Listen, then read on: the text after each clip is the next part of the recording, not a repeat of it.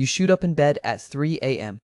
The house is extra quiet, the clock lights up, and your mind starts racing. Why can't I make it through the night like everyone else? But you're not the only one. Waking up in the middle of the night, like someone snapped on a light in your head, happens to people all over. New parents, teens, even older folks all talk about waking up wide awake at 3 a.m. over and over. Lots of people blame worry, bad sleep habits, or staring at their phones too late. But maybe this jumpy hour isn't just a mistake. Back through history, waking up in the middle of the night wasn't broken sleep. It might be your body's way of standing guard, keeping a promise from old times to help protect the group. So tonight, your brain might not be messing up. It might be watching out, just like it's supposed to. Picture a campfire sitting out on the savannah, its red coals glowing gently. People are spread out around it in the dark. If you watched this camp from above all night, you'd see a moving picture. When the sun goes down, some elders head to bed first. They curl up while young people sit up and talk. Near midnight, older adults awake for a bit, looking into the shadows before falling back asleep. Through the night, others wake for a while, nursing mothers, worried teens, squirmy kids. They stir, maybe shift on the ground or whisper to someone, then go back to sleep.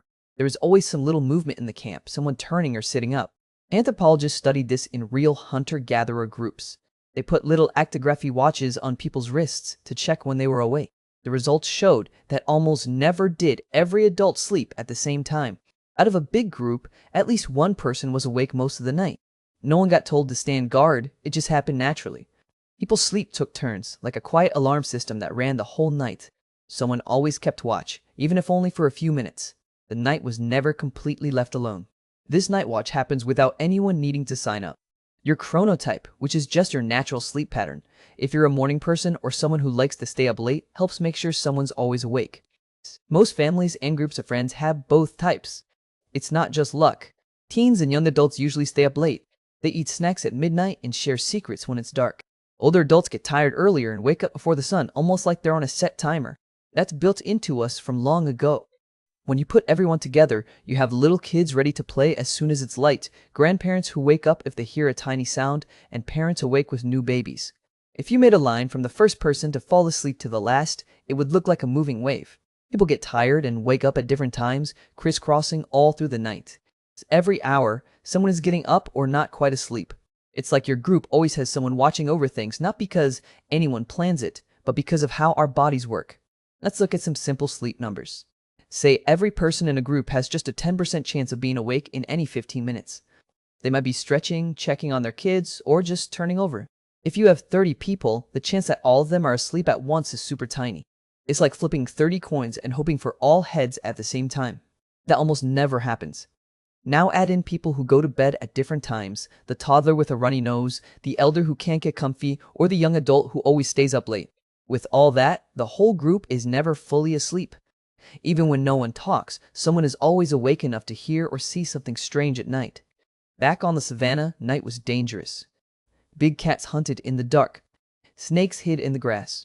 Other groups might sneak up. A fire could die out, or storms might make people run for shelter. Being stuck in total darkness could be a big problem. But having one person stay up all night was hard and made that person tired and less alert. Instead, people used a system where different folks woke up for short bits of time. These quick checks spread across the group meant no one got too tired. For the whole group, these small wake-ups acted like safety checks. Few short times waking up at night made everyone safer. Evolution likes things that help a lot for a small cost, so we still have this pattern in our genes. Now, it might mean checking the kitchen at night instead of watching for lions, but the habit is the same. Now think about your own night. Why does your body keep picking this strange time around 3 a.m. to wake up? It comes down to how your sleep works. People sleep in cycles that last about 90 minutes each. The deepest sleep comes first, then lighter dreaming sleep called REM. As the night goes on, the deep sleep pieces get shorter, and you spend more time in light sleep instead. That makes it easier for something to wake you up later at night. But that's not all. Around 3 or 4 in the morning, your core body temperature drops to its lowest level, when your body is the coldest and most still the whole day. Right then, your stress hormone, cortisol, starts rising even before you wake up, getting you ready for the day ahead. Tiny problems. A bad pillow, needing the bathroom, or even a dog barking next door can wake you up more easily. Then add things like a late night drink or your blood sugar dropping. If you find yourself awake in the middle of the night, it isn't just bad luck.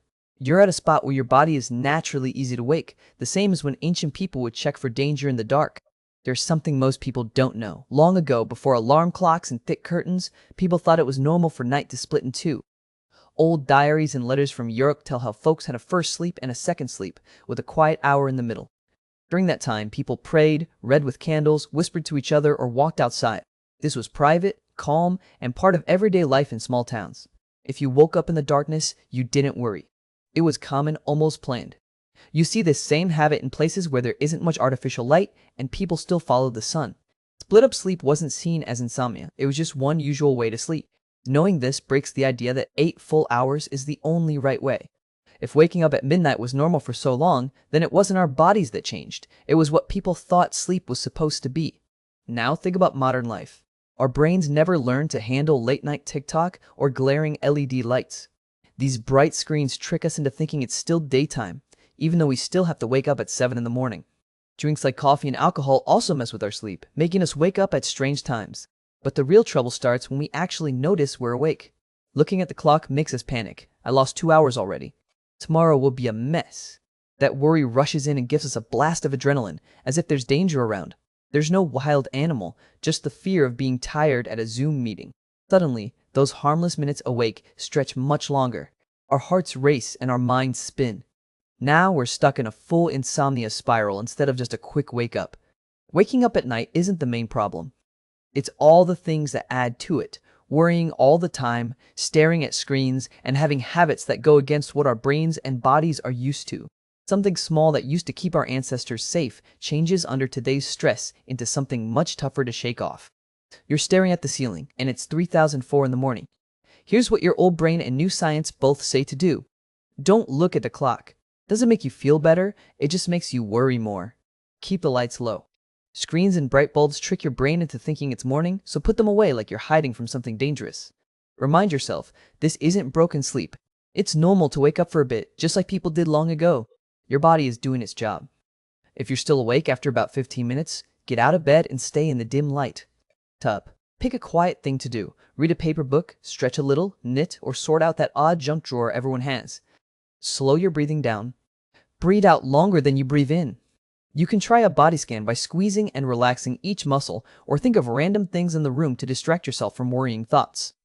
If worries keep popping up, write a short note on a pad by your bed, like, "Call the plumber tomorrow." This helps you stop thinking about it all night. The main thing is, break the worry loop. Don't let your mind spin out or try to fix everything right now. Let being awake for a bit be just a quiet moment, like keeping watch in the night. Go back to bed when you feel sleepy again. The way you spend your day can help you sleep better at night. Here are some steps you can follow. Pick a wake-up time and stick to it every day, even on weekends. Your body likes routine. Go outside and get some sunlight within an hour after you wake up. Morning light helps reset your inner clock.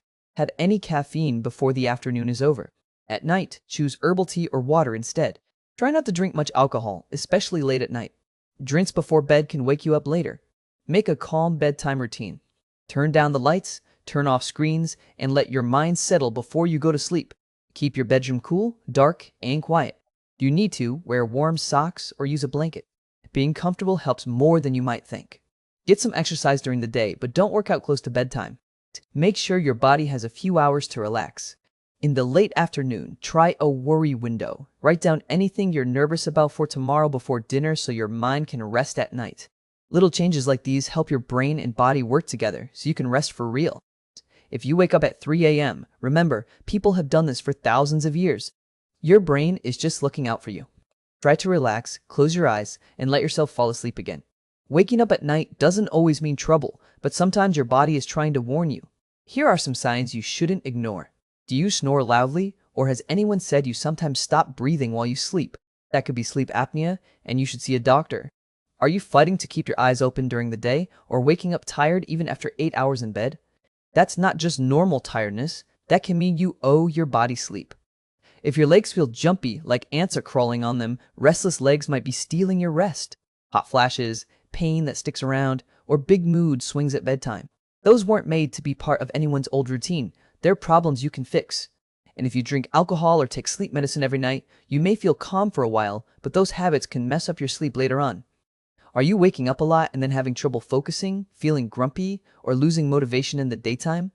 That's not strength, it just makes you feel awful. Smart to get help from a sleep doctor.